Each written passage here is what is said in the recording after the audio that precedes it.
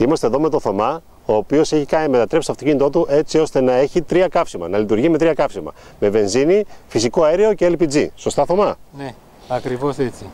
Έχεις μετατρέψει το αυτοκίνητο, ήταν στην αρχή βενζινοκίνητο. Ήταν βενζινοκίνητο κανονικά και του πρόσθεσα συσκευή υγραερίου και αργότερα και συσκευή μεθανίου, φυσικό αέριο δηλαδή. Φυσικό αέριο. Αυτή είναι ένα triple fuel αυτοκίνητο. Triple fuel, ναι. Και μπορείς το αυτοκίνητο να το αλλάξεις ανά πάσα στιγμή από το ένα στο άλλο. Από το ένα καύσιμο στο άλλο. Ναι. Αυτό είναι το πιο σημαντικό, γιατί υπάρχουν και άλλα, αλλά δεν είναι δύσκολο να τα προγραμματίσεις, να το βγάλεις από το ένα στο άλλο. Αυτό δουλεύει. Εν κινήσει δηλαδή εκεί που πηγαίνει. Ναι, απλώς θα πατάς το άλλο το κουμπί και αλλάζεις το. Και αλλάζει. Ωραία. Ποια είναι η διαφορά του LPG με το φυσικό αέριο? Το LPG με το φυσικό αέριο είναι το εξής. Το LPG είναι, αποτελείται από δύο συστατικά και είναι υγροποιημένο, ενώ το φυσικό αέριο δεν είναι υγροποιημένο, είναι συμπιεσμένο και περιέχει μόνο μεθάνιο. Και υπάρχει την άλλη διαφορά που είναι στη τιμή. Η τιμή δηλαδή. Ποιο είναι πιο φθηνό? Το φυσικό αέριο είναι μισή από τη τιμή του LPG. Μάλιστα. Δηλαδή είναι πολύ μεγαλύτερη οικονομία με φυσικό αέριο σε σχέση με τη βενζίνη πάντα. Πολύ μεγάλη διαφορά. Μπορούμε να δώσουμε ένα παράδειγμα. Ναι. Αν βάζουμε 100 ευρώ για βενζίνη, για LPG βάζουμε 55 ευρώ περίπου για τα ίδια χιλιόμετρα με το ίδιο αυτοκίνητο, ή φυσικό αέριο θα βάλουμε 25 με 30 ευρώ. Δηλαδή, αν κάποιος σήμερα ερχόταν και είχε ένα αυτοκίνητο το οποίο έκαιγε βενζίνη, ας το πούμε, ναι, και σου έλεγε θέλω να το μετατρέψω και να καίει LPG ή φυσικό αέριο, τι θα το συμβούλευες? Ποιο από τα δύο να βάλει, LPG ή φυσικό αέριο? Γιατί φυσικά δεν μπορούν όλοι να έχουν ένα αυτοκίνητο με triple fuel. Εντάξει, εμείς μπορεί να έχουμε ένα, αλλά κάποιος θέλει να έχει ένα αυτοκίνητο το οποίο καίει βενζίνη και κάτι άλλο. Το κάτι άλλο θα είναι το LPG ή το φυσικό αέριο? Κατά τη γνώμη μου το φυσικό αέριο. Το φυσικό αέριο, γιατί έτσι ξεκίνησαν και το LPG και ήταν στην αρχή μόνο ένα πρατήριο όπως είναι τώρα, ένα πρατήριο στα αεροδρόμια. Αλλά θα επεκταθεί το δίκτυο. Αλλά σιγά σιγά η τιμή του είναι ακαταμάχητη, δεν μπορούμε να το. Οπότε θα το συμβούλευες να βάλει στην ουσία φυσικό αέριο. Να βάλει φυσικό αέριο, ναι. Στην Ευρώπη υπάρχουν πρατήρια φυσικού αερίου? Υπάρχουν. Στη γειτονική Βουλγαρία, παράδειγμα, είναι γεμάτο. Ανά 150-200 χιλιόμετρα έχει πρατήριο. Για φυσικό αέριο μιλάμε τώρα, όχι για LPG, το ξέρουμε. Για φυσικό αέριο.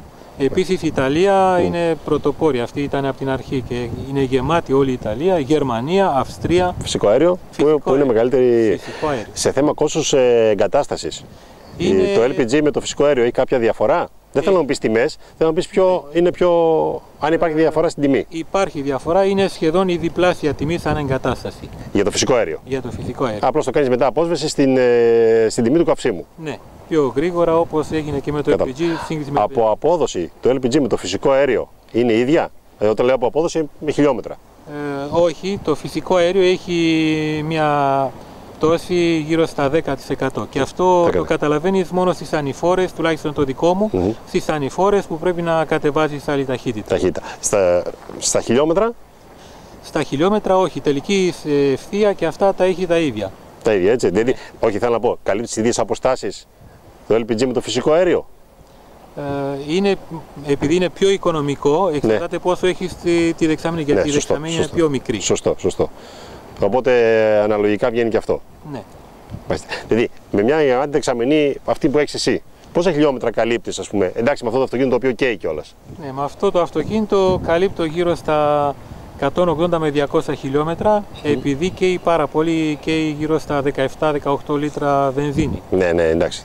Ένα αυτοκίνητο μικρότερο που θα καίει τα μισά σε βενζίνη, θα κάνει τα διπλάσια τα χιλιόμετρα, θα κάνει γύρω στα 350 χιλιόμετρα. Εδώ βλέπουμε, Θωμά, τώρα τη δεξαμενή, ποιανού είναι αυτή? Η μία δεξαμενή του φυσικού αερίου. Αυτή είναι του φυσικού αερίου. Ναι. Του LPG?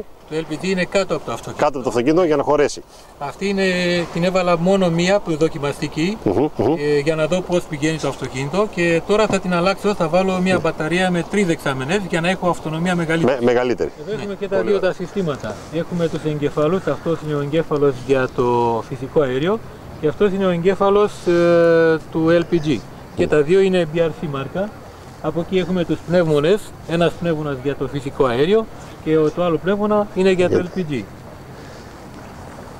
Εδώ επίσης φαίνονται οι μπεκέρες που ψεκάζουν μέσα στον χώρο καύσης του κινητήρα, και τις δύο, και για το LPG και για το φυσικό αέριο. Τα χώρες όλα βλέπω. Ναι, όλα είναι ξεχωριστά. Ναι. Υπάρχει και το σύστημα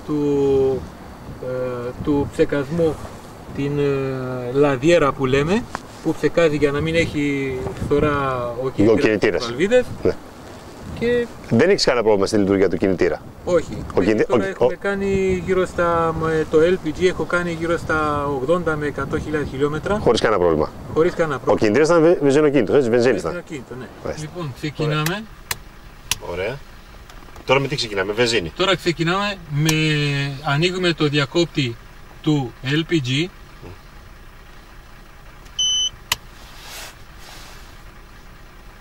Κλείνουμε το CNG. Ωραία. Το αμάξι πάντα παίρνει μπρος, με κόκκινο είναι με βενζίνη. Ωραία. Μέχρι να ζεσταθεί λίγο ο κινητήρας και θα αλλάξει μόνο του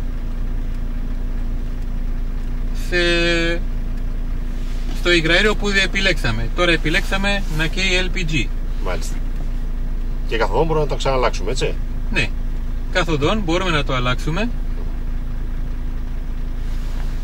Κλείνουμε το LPG. Ωραία. Και ανοίγουμε το φυσικό αέριο. Μάλιστα. Έτσι να αλλάσουμε τα καύσιμα. Και τώρα δουλεύουμε φυσικό αέριο. Πάμε φυσικό αέριο. Μάλιστα.